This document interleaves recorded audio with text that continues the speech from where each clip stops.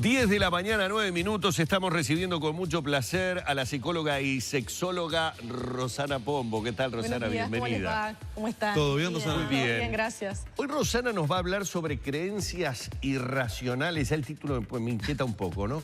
Creencias irracionales que generan algunas disfunciones sexuales. Pero por una noticia de actualidad, quiero aprovechar la enorme experiencia de Rosana a nivel de consultorio para preguntarle a propósito de una noticia policial surgida en Maldonado, en la que se produjo el asesinato de un hombre y en donde se ha revelado aparentemente toda una situación que tiene que ver con fiestas swingers. ¿Qué tan instalado está en nuestro país, en el consultorio, la temática swinger? Si es realmente algo relevante en nuestro país a nivel sexual o es algo que prácticamente no existe. Bien, no, está totalmente instalado. De hecho, cada vez son más frecuentes las consultas de parejas swinger, que ya no es que están buscando una normalización a nivel social o una aceptación, sino más bien porque ellos también padecen de disfunciones sexuales o a veces en los acuerdos de repente hay uno de los integrantes que tiene algún tipo de dificultad o algún tipo de interrogante que desea consultar en la terapia sexual, porque muchas veces tampoco, como sabemos que son grupos de repente que son más bien minoritarios, de repente no es algo que un problema en la pareja, un problema en la sexualidad compartida de la pareja con otros integrantes que también son pareja, no es una consulta que puedan hacerle un amigo, que pueden hacerle un familiar. Entonces son dudas que ellos plantean o intereses de realizar prácticas en esas fiestas o en esos encuentros que por supuesto son planificados y consensuados, que de repente no tienen otra instancia donde evacuar dudas o donde consultar, y ellos saben de alguna manera que un sexólogo o que un especialista en medicina sexual o en sexología va a tener una suerte de formación y donde van a estar muy bien trabajados los mitos, los prejuicios, ¿verdad?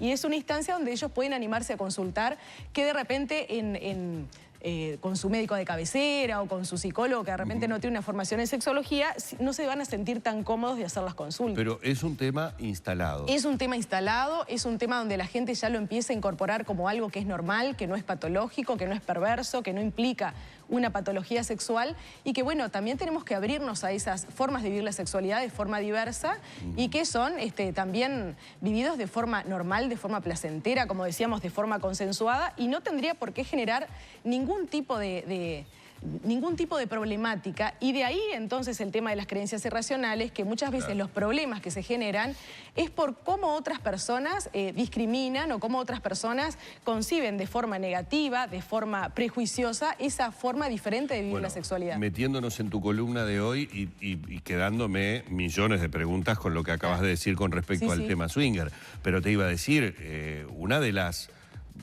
cuestiones que uno imagina deben ser más difíciles de sobrellevar es el tema de la moral. Claro. Porque el cuestionamiento sobre la moralidad o no de determinado tipo de relaciones deben formar parte de estas creencias irracionales de las que nos hablas. Exacto. Siempre partimos de que esas creencias irracionales son producto de nuestra educación y de nuestra cultura. Es decir, tanto la psicología cognitiva como otras corrientes psicológicas afirman que no son los hechos, los acontecimientos en sí mismos, por ejemplo, una práctica sexual swinger, no es el acontecimiento o la práctica sexual en sí misma la que va a generar un problema sexual, un problema emocional, una conducta distorsionada, sino la interpretación negativa, catastrófica, prejuiciosa, basada en la moral, en una cultura machista, en una cultura falocéntrica, en una cultura basada en la heterosexualidad, la que va a generar el problema, la que va a generar el problema emocional, la que va de alguna forma a interpretar como patológica esa conducta sexual, como promiscua o como amoral, pero basado justamente en nuestra educación y en nuestra cultura. Por suerte nos estamos abriendo, por suerte estamos incorporando criterios de salud sexual más amplios, quitando la patología de esa interpretación, y entonces estamos viendo una sexualidad más diversa y más saludable y que no está basada ya en tanto prejuicio, pero nos está costando. ¿Se está viendo ahora? Sí, se está viendo, hay mucha dificultad. También sabemos que dentro de nuestra cultura ser prejuicioso se está viendo como algo mal visto. Discriminar a otros implica atentar contra sus derechos. Entonces las personas estamos tratando como de aceptar, pero se ve muy frecuente en la consulta que las personas dicen respeto, acepto, pero dejan muy claro no comparto. Claro. Que ahí vemos que hay un sesgo de prejuicio.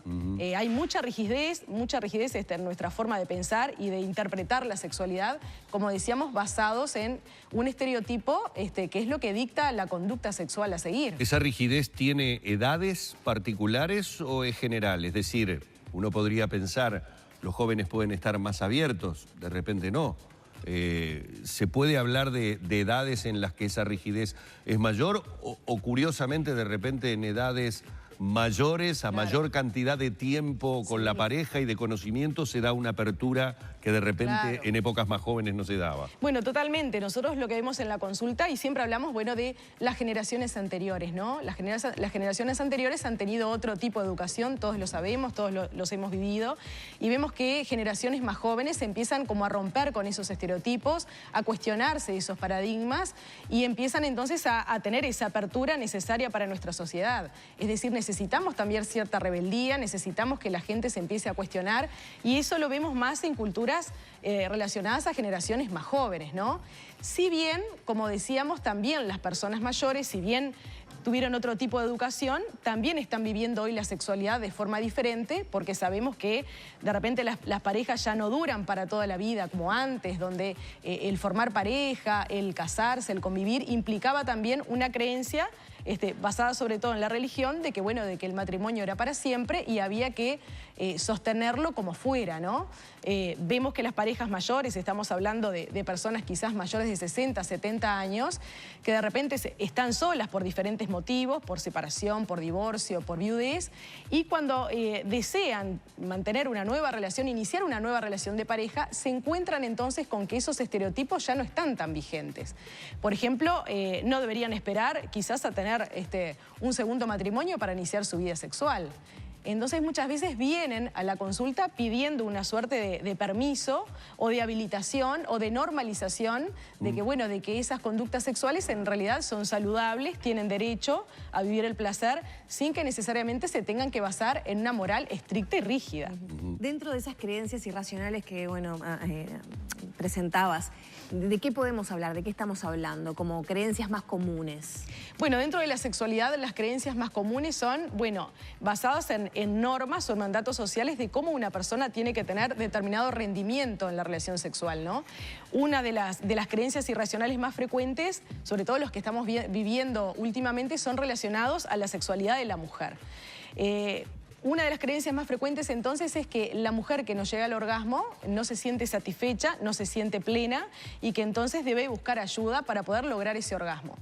Entonces muchas veces empezamos a preguntar en la consulta a esa mujer y su pareja realmente lo que sienten, no lo que creen, sino lo que sienten. Y muchas veces la mujer sorprendida nos dice que a pesar de que nunca ha llegado al orgasmo o que se le hace muy difícil, realmente siente que se siente muy satisfecha, se siente plena, no siente que le haya faltado ningún ingrediente en la relación sexual y que más que nada se siente presionada por su pareja, que siente que si ella no llega al orgasmo, en realidad él o la pareja que tenga, no ha logrado con el cometido de satisfacerla. Entonces, en el caso de la pareja heterosexual, ese varón se siente como disminuido en su autoestima, poco hombre, como que no tiene la habilidad suficiente para satisfacerla y muchas veces no se da el permiso de simplemente escuchar lo que siente esta mujer sin de ninguna manera intentar que logre una sexualidad basada en una creencia que es totalmente irracional y que en realidad va a generar mucha presión y muchas veces se logra lo contrario. Claro, justamente termina siendo un elemento que termina